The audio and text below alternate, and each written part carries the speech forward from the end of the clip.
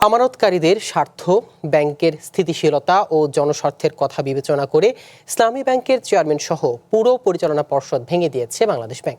একই সঙ্গে কেন্দ্রীয় ব্যাংকের নির্বাহী পরিচালক মোহাম্মদ জহির হোসেনকে পর্ষদের সব ক্ষমতা ও দায়িত্ব দেওয়া হয়েছে। রবিবার রাতে বাংলাদেশ ব্যাংকের এক বিজ্ঞপ্তিতে এই তথ্য জানানো হয়েছে। এতে বলা হয়েছে, ব্যাংক কোম্পানি আইনে বাংলাদেশ ব্যাংকের ওপর অর্পিত ক্ষমতা বলে ব্যাংক আমানতকারী ও জনগণের স্বার্থে এসব সিদ্ধান্ত নেওয়া হয়েছে। একই আইন অনুযায়ী বাংলাদেশ ব্যাংকের নির্বাহী পরিচালক মোহাম্মদ জহির হোসেন ইসলামী ব্যাংক পরিচালনা পর্ষদের যাবতীয় ক্ষমতা প্রয়োগ ও দায়িত্ব পালন করবেন বলেও বিজ্ঞপ্তিতে উল্লেখ করা হয়। কেন্দ্রীয় ব্যাংকের এই সিদ্ধান্তের ফলে দেশের বৃহত্তম শরিয়াভিত্তিক ব্যাংকটির পরিচালনায় নিয়ন্ত্রক সংস্থার সরাসরি তত্ত্বাবধান আরও জোরদার হলো বলে সংশ্লিষ্টরা মনে করছেন।